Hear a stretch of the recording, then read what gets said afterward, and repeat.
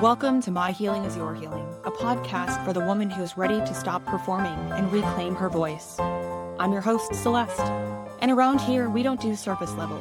We go deep. Each week, we'll explore concepts like self-discovery, radical honesty, and the kind of healing that rewrites your story from the inside out. This is a space for truth-telling, for remembering who you are, and for coming home to yourself, louder, braver, and more radiant than ever. So come as you are, and let's do this together. Let's begin. Welcome back to My Healing is Your Healing, and I'm Celeste. This episode is for the woman who is standing in the quiet rubble of what used to be her life. Maybe not because of one dramatic collapse, but because of a slow, soul-level unraveling, where everything once felt certain, but now nothing else does. Maybe some big life event changed. Your marriage ended. Your job title changed. Your children grow up and they're out of the house. Or maybe it's even more subtle than that.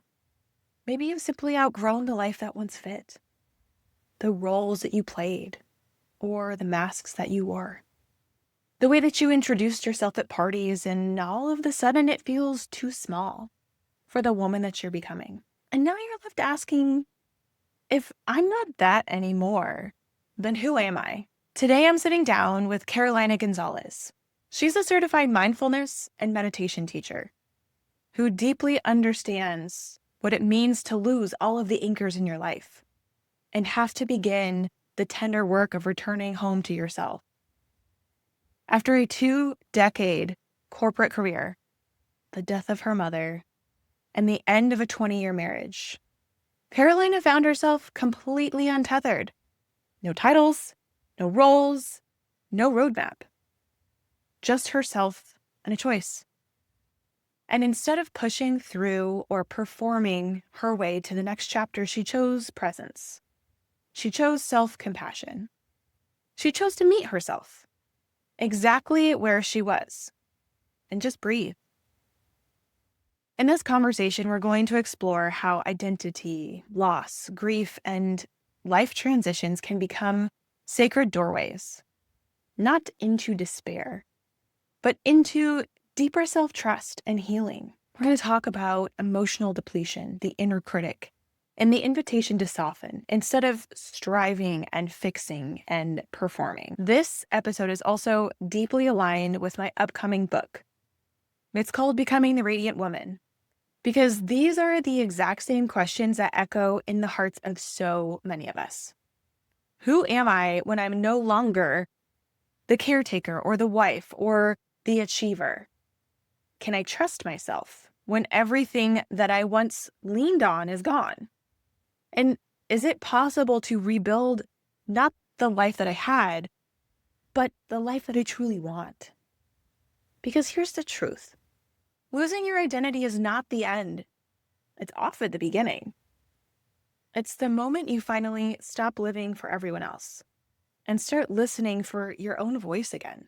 And yes, that space in between where nothing feels certain and you're not quite sure who you are anymore, it can feel terrifying, but it can also be sacred. This isn't failure. This is becoming. So if you're standing in a season of uncertainty or transition, if your identity feels like it's crumbling at the edges, or if you've been asking yourself, who am I now? This conversation will be your reminder. You are not broken. You are becoming. So let's get into it. Wonderful. Welcome, Carolina. It's so nice to have you here. Thank you, Celeste. I feel honored that you've invited me. All right. Well, we're going to kick it off with your bio so people know a little bit about you, and then we'll go into your story. Carolina Gonzalez is a certified mindfulness and meditation teacher who helps women rebuild self-trust, clarity, and inner strength during seasons of loss, transition, and emotional depletion. After a 2-decade career in corporate leadership, Carolina experienced profound personal upheaval, the loss of her mother, and the end of a 20-year marriage that left her questioning everything she thought defined her. It was through mindfulness, presence, and self compassion that she began to heal from the inside out. Now she supports women in reconnecting with the steady, powerful place within themselves that exists beyond roles, titles, and external identity. Carolina's work is rooted in authenticity, in tenderness, and the belief that healing doesn't require fixing yourself. It requires returning to yourself. I love that. So let's get started with a little bit of your story. What got you here today? This passion and pull that I feel to share a message of love for women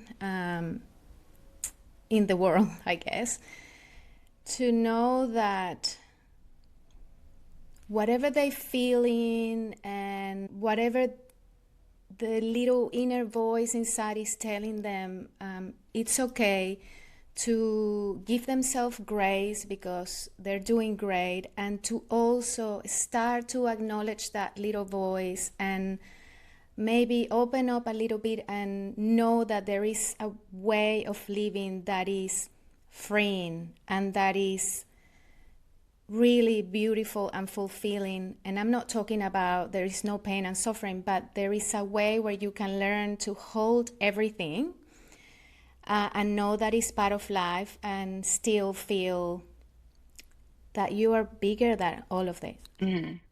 How did you get to a place of this realization? I guess for me it was living throughout my life as I thought the best possible way and really doing everything as per in my mind had to be. I was the perfect, or striving to be the perfect wife and the perfect friend and the perfect colleague and leader and mom and all these roles that in my head I thought of, okay, this is how life is, and ticking a lot of boxes and putting a lot of pressure on myself to deliver and to make sure also that I didn't upset anyone and I felt I maintained the peace, amongst my family and friends, and yeah, always giving, and really seeking a lot of external validation and wanting to be loved, right, and accepted and seen. And so there was a moment in my life through a very difficult period when I lost my marriage. So I had been married for around 20 years, and that was really, it was a really hard season for me because I had placed my identity and who I was in that marriage. Mm-hmm. I didn't know who I was without being a wife, without belonging to that family unit. And like my life was all around this marriage. Who I was and how I looked and what I did, and so that started to shake sort of the ground beneath me, like, oh my God, now what am I going to do on my own? How am I going to survive? Who am I? What music do I like? And and so shortly after, my mom, who had been my anchor throughout my life, and I knew the world and everything was going to be okay as long as my mom was there. But as it happens in life, she got sick, and she I lived this grief about losing my marriage, also with the grief of losing my mom because she got terminal cancer and then she passed shortly after. And it was like I did not know what to trust anymore. Everything that I trusted wasn't there anymore. Mm-hmm. That I trust that I could count on, or that I would define me, it wasn't there. And that forced me to go in because there wasn't anything outside me that I could rely. Like it's a process. it's a process that I had to really question everything, question life itself, the purpose of life, why are we here, and what's happening, and the nature of life, and it's really go within, and go for walks, and journal, and read so many books, and then I had been meditating for years, and I really embrace meditation as a practice to enable me to go in and sit with whatever I was feeling and allowing it.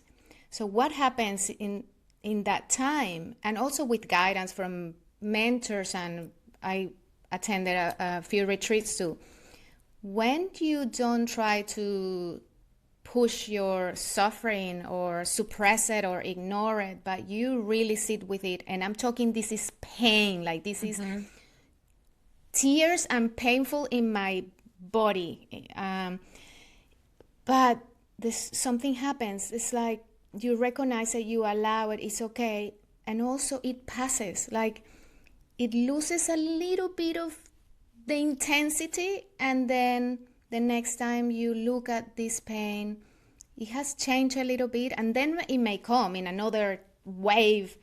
But then I started recognizing that's life. That is part of being human.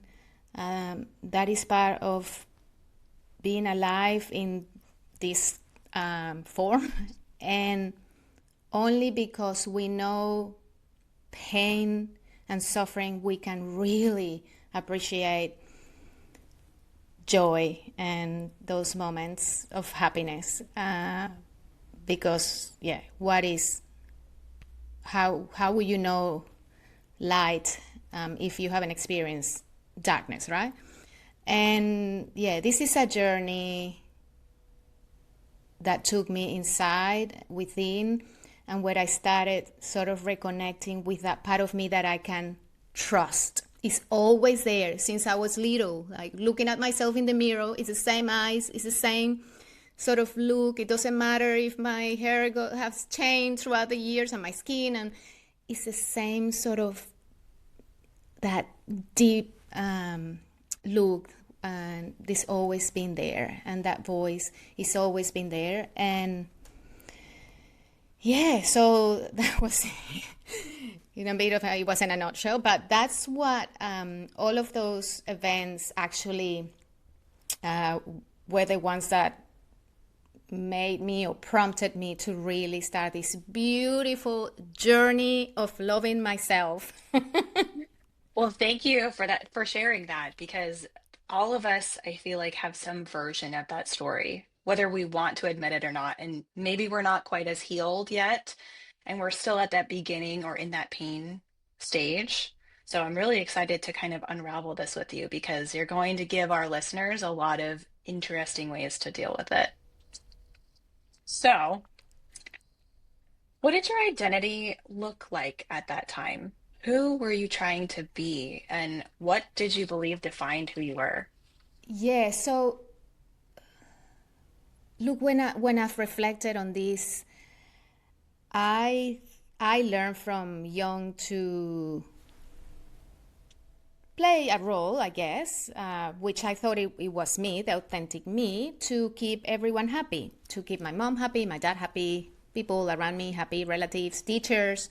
Always was really good at school and really agreeable. If you ask me who I didn't have any people who I wasn't friends with, I guess, and yeah, I just felt this need for people to like me. Hmm.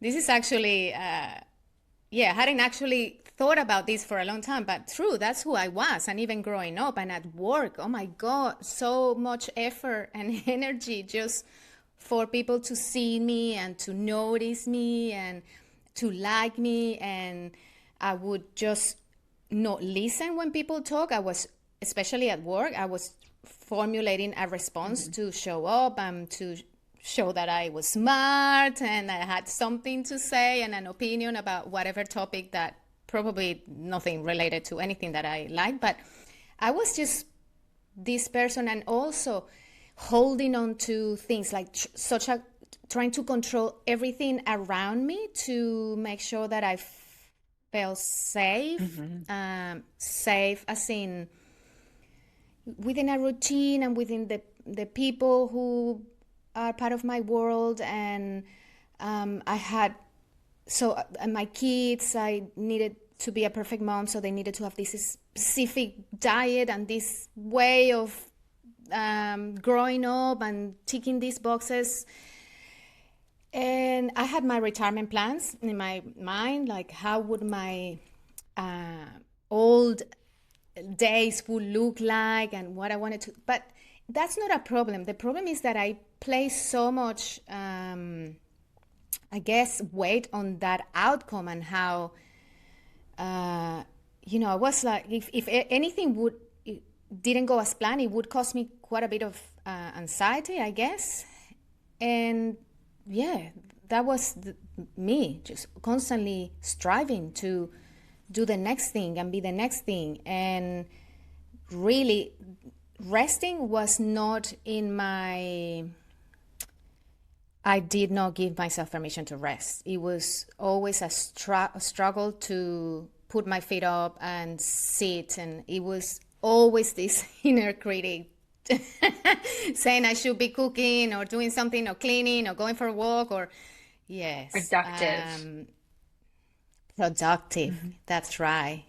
And look, I was happy, but after going through what I did and knowing what happiness really is, it's like, well, I was happy within some parameters. Like, it was a happiness provided by external variables. Yeah.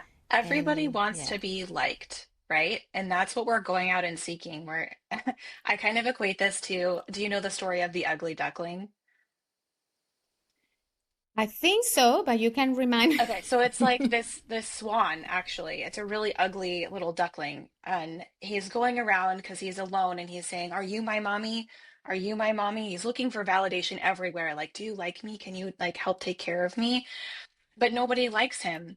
And then he finally finds his mom, who doesn't look like any of the other things, right? He like comes to a crane and to like a truck and I forget what other things. But then he finally finds his mom and he's like, "Oh, I'm home." And that's what we seek as humans, right? We want company and affection and validation. And that's the crazy thing because when we don't, we look outside of ourselves to do this, but we never look inside to say, "Hey, am I okay? We're great." And then it changes your entire perspective of what the world looks like. And that's kind of what you explained there. And it's crazy. It is crazy. And I guess it's hard, right? Because, and the more I read and I keep learning and learning, it is very hard because the way we've been, and I don't like to use this word, but programmed or wired, or how we are, to the things that we're exposed to, the ideas, the concepts, life, and it only reinforces that happiness is somewhere else and that you need to get this to become happy. And it's hard. It's one of my mission, I guess, to maybe prompt women to just stop, just stop, one little pause and question what's happening, and listen to that inner voice when starts sort of trying to say something. And yes, it's quite hard to get to the point when you haven't had maybe a life event, right? That sort of, yeah, shook the ground beneath. So, what I'm finding when I'm interviewing people is that there's a very similar story throughout everyone. And I actually wrote this down from the last one. It says, what have your wake up signs been from the universe, and have you been listening? Because you go through life and there's these little nudges, like synchronicities, right, from the universe that say, "Hey, Celeste, you should be doing something differently maybe not a huge thing differently, but just a small one. And it gets louder and louder and louder until I equate mine to I basically one night before I went on a really long bike ride because I used to do Ironmans, I went to bed and I called my mom and I was like, "Hey, I just need the universe to give me a win. I've been doing all of these things and I've been working so hard and I just want to win." And I woke up the next morning and my body was like, you shouldn't go on this bike ride." But I went anyways. And what wound up happening was there was a massive bike accident and I had to get like 60 stitches in my face. And that was the universe saying, "Hey, Celeste, slow down. You weren't listening to yourself, so I'm going to force you to stop." So, what kind of signs were you given at that point in time? I mean, not just that your mother passed away and that um you had a divorce, but were there other signs in that? That's very powerful, your story, by Thank the you. way. And I totally believe in that. And the thing is, we haven't been taught to listen to our bodies too because we're so disconnected, right? And nowadays, it sort of worries me that we outsource everything to like, even how did you sleep? Oh, let me check. Can you feel into your body how you sleep? Or Or you use your how are you watch feeling today? to like check on. Yes. Yes, and with girls now, like, and I'm going off topic, but how do you feel? Oh, let me see what day of the month is. Oh, I feel angry. Like, so it's, we're not, as in society, cultural, we're not helping, right? Signs. It's like you said it so well. It's a notch. And it's different to the inner critic that lives in our head. It comes from the heart. Mhm. If it comes from here, from your intuition, maybe from your belly, it's like from the body. And it says, it's just, yeah, it says, you shouldn't. You should, like, you have like your event or you're gonna do something, yeah, and I cannot think of an idea, but then of a memory, but it says no, it's you don't need to. Like you're inviting to go out with girlfriends Friday night, and I am exhausted, and Mhm. I all I need and all I want is just to stay at home, put my PJs on, and watch Netflix with a tea. And it's that battle in between the head and my sort of body, I guess, and or heart is like, but this is good. But then, and then it's those little things, or overriding your body when it feels tired and still being at work, working like a machine, delivering and just putting any discomfort or pain onto what happened. In my case, is like I would wake up stiff, could not, sometimes I cannot just move neck from shoulder from back, or yeah, you get sick, like unwell, because that's the body saying, if you are not going to listen, I am going to make you listen.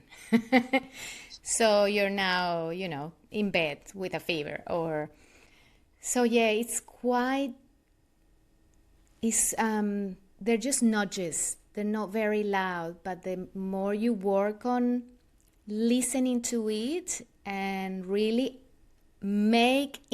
intentionally making space to listen to it, is space, stillness, then it becomes a little bit louder and you start recognizing it a bit more. I Does absolutely this love make that. sense? Yeah. And the thing is, and I think a lot of our listeners, at least especially me, and I don't know if you felt this way or not, but when you're doing your go, go, go, right? And you're doing all of these things, when you sit down to just sit, you can't do it. It's so painful because you don't want to hear the things that are going on in your head. Like you were saying, I should be doing the cooking and the cleaning and taking care of my kids, and you don't give yourself a rest. And so when you sit down, you immediately reach for the remote or your phone or something else so that you don't have to sit with yourself. And so I'm really curious because you said you used to meditate a lot. And so I don't know that a lot of people in that space meditate. How did you get yourself into doing that after feeling what you were feeling? And what was the hardest emotion to sit in those early days? Like, How did you learn to hold it there? I started with guided meditations. I was, I guess, attracted to it.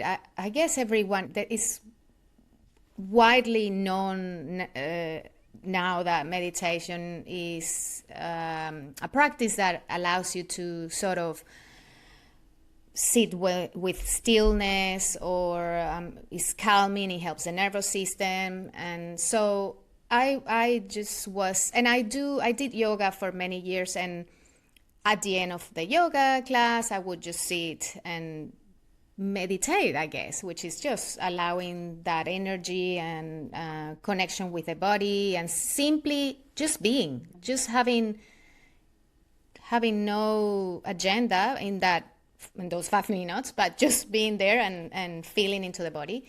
So I started with guided meditations, and it was a journey just finding the ones that talked to me and resonated with me. And there's so many tools out there, and such a wealth of meditations for everyone, the length, the tone, so many wonderful teachers and guides. So that was my how I started, I guess. Uh,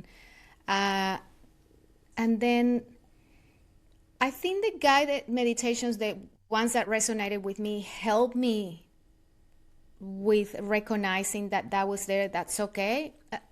That was important for me, and I think it's important for everyone else to know that it's okay, whatever they are feeling, the anguish, the self-doubt, the second guessing, the judging of the judgmental mind, because we judge others, and then we're like, I shouldn't be judging because that's bad. And so it's like a decent, never ending loop. All of that is fine, it's part of being human. And for me, I had a therapist too, and I remember she saying to me that I needed to go through my pain. And she gave me this metaphor that stayed with me. It's like she said, the trees that are tall and strong, they started as a seed, and that grew roots in the dark, down deep. And so at the moment, when I started having therapy, she said, this is what you are doing, this is what, so don't think it's wasted, and or you're getting nowhere. Is you need to go dark, you need to go deep dark and face whatever is there, because that's how you build the foundations.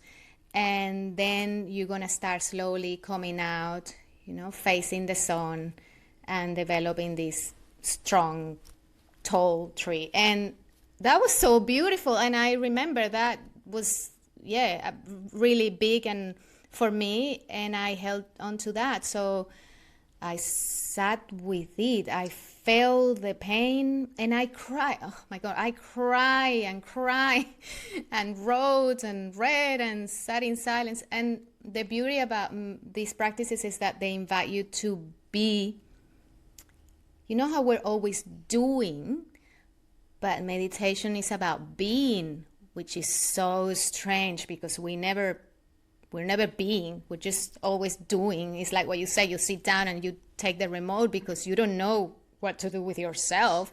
Like you don't even have to be in pain to, the habit is Yeah, so strong to get. it's like a magnet. Yeah. Yeah. You made me think of two things, and they're completely different. So I'll start with the one about the tree.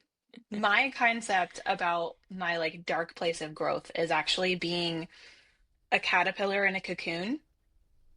And what is so interesting about that is they actually like dissolve themselves into this big pile of mush so that they can rebuild themselves to become a butterfly.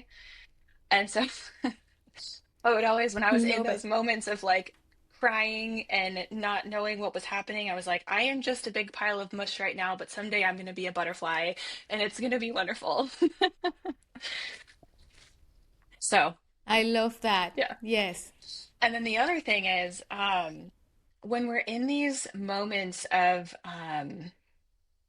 I've complete a survival mode, right? Where we're just trying to function through the life that we thought we were supposed to have, right? That scripted life. We are never thinking about the present moment. We are always thinking about the thing we did wrong in the past or what the future is going to be, right? And so we're constantly torn between these versions of our lives, but we're never here and we're never present. And that blows my mind. Oh my God, that, of course, yes, that is such a key point in all of this. And thank you for bringing it up because that's exactly right. It's with presence that we, only in the present moment, we can feel love, we can experience love, we can experience joy, we can experience or connect with our intuition. And so we've been taught and how we are as humans to be in our minds all the time, disconnected, and exactly like you said, projecting into the future, what if, and then living in the past, and I shouldn't have said this, and what if. So again, it's a foreign concept, but that's what holds, I guess, the answer to our suffering and to living life more fulfilled, and is presence. Yeah. I feel like this question is going to jump ahead because I have some other ones that I want to ask you still. But what kind of practices do you use with your clients to help them focus on the present moment, whether it's through meditation or through mindfulness? I use the I ask them to and remind to set reminders to put little post-it notes. I always say these practices are not difficult. They're just it's just difficult to remember. It's all about reminding themselves to come back from the mind, and all our chaos, and it's in the mind these days. It was good when humans had to survive and hunt for the food, and nowadays it's all psychological, right? And it's we always in this state of alert. And so for them, I say it's important first to make their bodies feel safe, because when their bodies feel safe means they're not in stress mode, right? They're not in flight, fight, freeze, fawn mode. So, and to do that, they need to engage the body. There is no other way to be present than when you are connected with your body. And to connect with the body, first you need to realize that you want to connect. So you need to allow a pause. And this comes with practice. The more you pause in your meditation and you learn to sort of regulate your attention, the more then you remember in your everyday chores and life to stop and pause. And then you connect with your body. And when I mean your breath, it could be your feet on the ground, it could be your senses, but knowingly that you are engaging your body. And in that moment, I always said, just relax your shoulders and unclench your jaw, because either or someone is always like this or someone always holds tension there. And with that, that is such a powerful little step that works magically in the nervous system, because the nervous system with relaxed shoulders or jaw is not in survival mode. So that's like forcing the relaxation response, because only in this state of safety in your body is that you can access sort of that inner voice that we've been mentioning, and you can get some clarity in your mind. I love that. You forget to be present. Like I was sitting there with my jaw clenched, and I was like, "Oh, stop." Because if you're not present, you forget that you're like in a human body. And yeah, it's funny. Okay. What surprised you most about who you found underneath the roles you had outgrown? I still keep surprising myself. uh, well, firstly, it it is what's the word? So insightful and beautiful to know that through my journey, I get to also feel so much compassion and empathy, I guess, for everyone else because we are so wonderful. That inner journey of getting to know myself is like the best trip ever. It never ends. And now, as I'm telling you this, I now know why somehow after all of this period in my life, I sort of stopped the need for really traveling like the world. Like, um, it's yes, I guess it's so wonderful the depth inside us and getting to know what triggers me or what I feel nourishes me and how there is this inner strength and place inside that is I can always come back to. So I don't feel lonely. And of course, there is also the strong sense of wanting to connect. But is what I've discovered too is when I connect now, it comes from a place of wholeness. Like I don't do it in a needy way because I used to be that I wanted to connect to fill this void or to make people like me and so again receive that self or external validation. Nowadays it's like comes from me. So every time I show up for myself, I mean, okay, this is very hard, but I'm gonna do it. I know it's good, and it's gonna be embarrassing, but and people maybe judging, but this is how I feel, and I'm gonna do it. So that little thing that builds my self-trust. And when I say no to people because in my heart feels like I really it's not what I want to do, and it's okay if they get upset. It's all right. I'm just gonna let go. It takes a lot of courage. It takes a lot of engaging all of your body cells but the more you show up for yourself, and this is what I've discovered for me, is then I'm creating this new way of being where I am not in the bottom of my list. I'm actually at the top proudly, but I've also learned compassionately. What I mean is, and I tell the people who work with me this sort of visual thing because I'm visual, it's like we've always carried this see-through bubble thing with us and we put everyone there and we're so compassionate and we care for others naturally and we give and give and give and make sure everyone is okay and we're outside. And so through this journey I started to like open the zipper of this bubble and like put a little my a foot in and then another foot in and then I just open up and now I close it behind me. So now I'm part of that compassion. Like, so when I make decisions and I put myself at the top of the list, and your listeners are not watching this, right? So if they're listening, I hope you got the picture, but I'm inside that bubble of compassion. Mm-hmm. And now it's just amazing knowing that it's okay to say yes to me because then I'm gonna be giving the world from a place of wholeness and I am gonna be connecting with people because they add to me like everything is a bonus because I am complete. So yes, does this make sense? That is absolutely beautiful. I love the way that you explain that, and it makes so much sense. I have a couple of thoughts. The first one is I feel like people who haven't gotten to this point right yet of healing, because it really takes, I think it's the statistic is like only 10% of people work hard enough to get to a place where they actually want to deal with the pain of bettering themselves. It feels ridiculous that that number is so small, but there's that known hell, right? Where you're sitting in it and you're like, oh, this is my comfort zone, even if it's painful.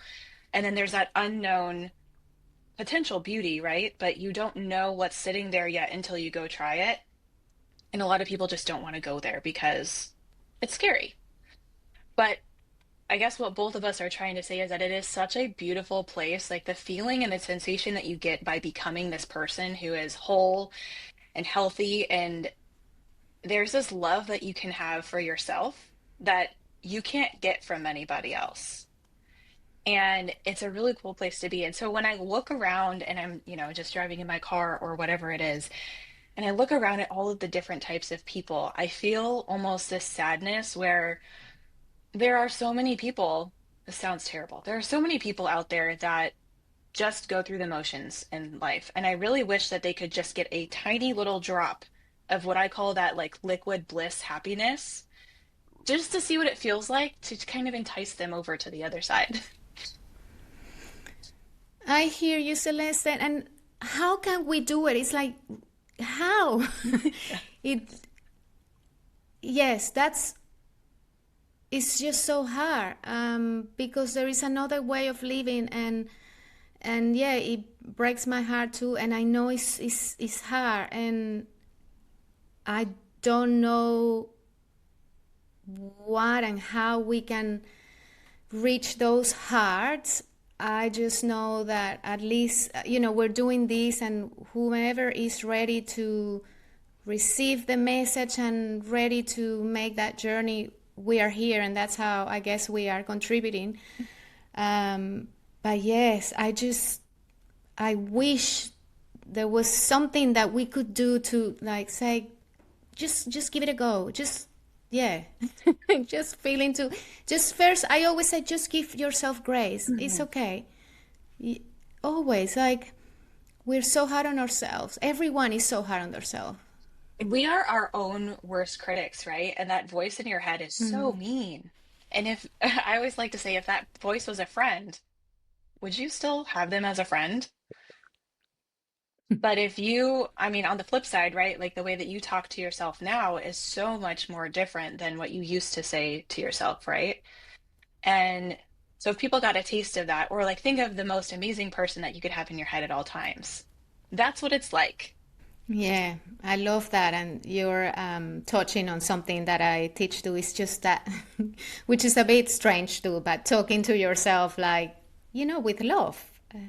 Yeah, like, honey, Celeste, are you okay? You're going to be okay. You're doing great, or whatever Yeah. way you talk to yourself. But it takes practice. It does. But it's amazing. Yes, because you're reassuring yourself and you have yourself, and yeah, it changes the way you relate to the world and those around you. It's very empowering. hmm Yeah, I like to look at myself in the mirror at the end of the day, and because I feel funny talking to myself just walking around, but when I can look in my eyes and I can say this to myself, and I usually say like, "Hey, I know you had a rough day, but I'm so proud of you. You did all of these different things, right? And you just rocked it, and you're amazing." And it feels good to have somebody say it, but it almost feels better to have me say it because I'm strong enough to recognize all of the things I've done.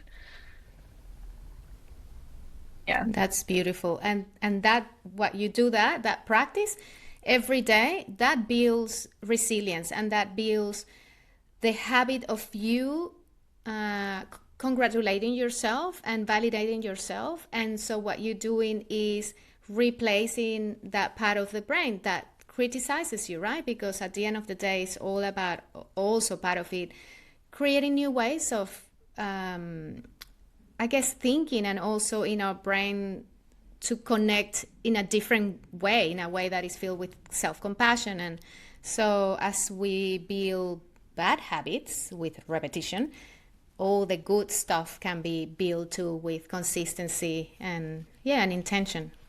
That's why I love your sticky note idea so much. Like I was holding up the little card that I have on my desk. They are littering my desk, just reminders of like, okay, this is center yourself, or like whatever my purpose statement is, right? Um, so I like that because it takes so many small moments for you to get to that next place because habits take what, 30 times for you to do until they stick. I know. So yeah, post-it notes everywhere and like relax your shoulders, unclench your arm. Honestly, that it was a powerful practice for me at work all the time, and it was so easy to remember for me. Like when someone was a colleague or someone, I was, I felt like a strange energy and I wasn't liking the person a lot. I'm like, relax your shoulders. I'm like, I love that.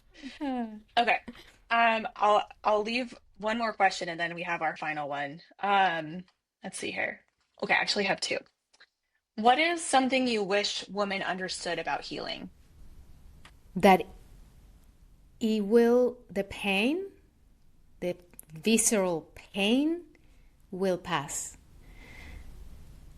will transform, and they won't feel like that all the time. Yes, I love that that. if they, with all the suffering, and they just open and breathe and soften to it, even if it's just so painful when during the moment, there is no doubt they will move through it and they will find joy again. I love that. I always tell people, you can't have that sensation nine or 10, right? Like the high, if you don't have a one or a two. And so even if we are living in that one or a two space, there will start to be fours and sixes and like the little mundane joys, but then you will find periods of nines and tens, and they will be even more beautiful because you felt the worst of the worst. I love that. Yeah, yeah. Okay, and then finally, what does it mean to live a life that is truly yours? It means that you give yourself permission to feel it all. The judgment, the good, the bad, the suffering, the joy, the envy, the anger, the compassion, knowing that it's okay, and you hold space and you are aware of this as a human, that this is all part of your experience, and yet you're not defined by any of it. It's like, again, visually, You're if we giving talk me visually, it's like goosebumps. you have It's beautiful. it's it's like you have this, well, that metaphor from Buddhism, which is, our awareness is like the sky, right? The blue sky, and all of the and the clouds and the rain and the storm and the lightning and the thunder, they're all different emotions and thoughts and feelings, but the sky is the sky. It remains just calm, still, untouched. And so, yes, knowing that you can feel it all, but not really identifying with any of it, just let it, and all passes. Everything transforms, moves, passes, go, come back. And life is impermanent. That's the only constant in life, that everything is transforming and changing. I absolutely love this. This has been such a good conversation. So, the last thing is, what is one thing that you want our listeners to take away from today? For them to know that whatever they're feeling, wherever they're at in their journey, whatever is stirring inside, it's okay. To maybe use it as a means to explore and see and sit with it, and it could be like deep in it, 1 minute at a time. Like, what is it? I'm not gonna touch my phone. What is it that I feel? And reminding and telling themselves, it's okay, it's okay. I'm human. This is part of living. Doesn't matter what's that is arising for you. That you are where you need to be, and that it's okay. and just give yourself permission to listen. What is it that's stirring inside? Thank you so much. This was such a fun conversation. I appreciate you being here so much. Thank you. You are such beautiful and mindful interviewer, and you made me feel very like listen, and I felt that we were in sync, so it was even more beautiful. So thank you so much. I enjoy it a lot. Have a wonderful rest of your day. You too. What a great conversation with Carolina. It was soft and steady and honest.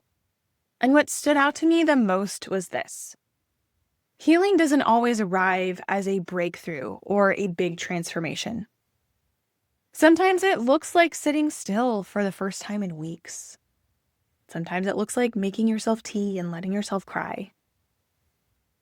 Sometimes it's simply not abandoning yourself when all of the other things get quiet. Carolina reminds us that the most radical act isn't changing everything. It's meeting yourself exactly where you are without needing to fix or explain yourself or perform.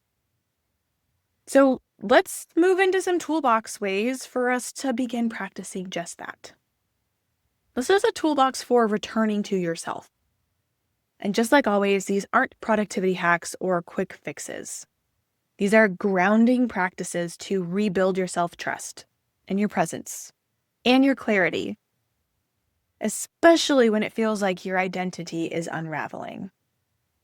And as always, you can find these on my Instagram at myhealingyourhealing every Toolbox Tuesday, just in case you want to come back to them later. Okay, toolbox item number 1. This is our identity unraveling journal prompt. We are reframing the question, who am I now? Because there is no right answer. We're not trying to find the right answer. We're trying to get honest with ourselves and what we really want and who we really are, what resonates with us. So find your journal or an audio message, or you can talk to yourself on a walk or something like that, and complete these 3 reflections. The first one is, I used to define myself by. Maybe it was a job title or a role in a relationship that you had, or achievements like me on a wall. The second thing is, when those roles fell away, I felt blank. Name what comes up when you think about that. Is it fear or frustration? Is it grief or disorientation? Maybe it's even relief. And finally, number 3, which is, but now I'm beginning to notice even the smallest flickers of feelings. Is it curiosity? Is it quiet? Newness? Let those feelings live on the page. You don't have to have all of this figured out. This is the unraveling part, but it is still part of healing. It's figuring out who you are. Okay. Number 2, toolbox number 2, the 3-minute stillness anchor. This is one of the hardest things for me to do, at least at the beginning. You set a timer for 3 minutes, and you sit or you lie down in a quiet space where no one's going to interrupt you, and then ask yourself, what sensations or feelings do I notice in my body right now? Am I having a thought? Am I clenching really hard? What is going on? Once you've noticed that, ask yourself, what emotion is asking to be felt right now? Do you feel some laughter bubbling up, or is there a quiet ache inside of your chest that wants you to cry? Are you angry? And then the last one is, can I stay with that emotion? Can I feel that emotion gently? Even if it's just for a fleeting moment, without trying to fix it or explain it, just simply allowing it to be there and not being worried that it's there, not trying to get rid of it. And this is not about zoning out. This is not just 3 minutes in silence with your thoughts. This is really tuning in and being with yourself instead of abandoning yourself. All right. And this is number 3, toolbox number 3. self-tending ritual. Choose one act of self-tending this week, self-care. Something that nourishes you, but it's not for performance. It's not for anybody else.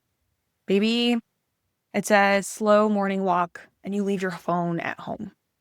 Or cooking a nostalgic meal from your childhood, like macaroni and cheese or something like that.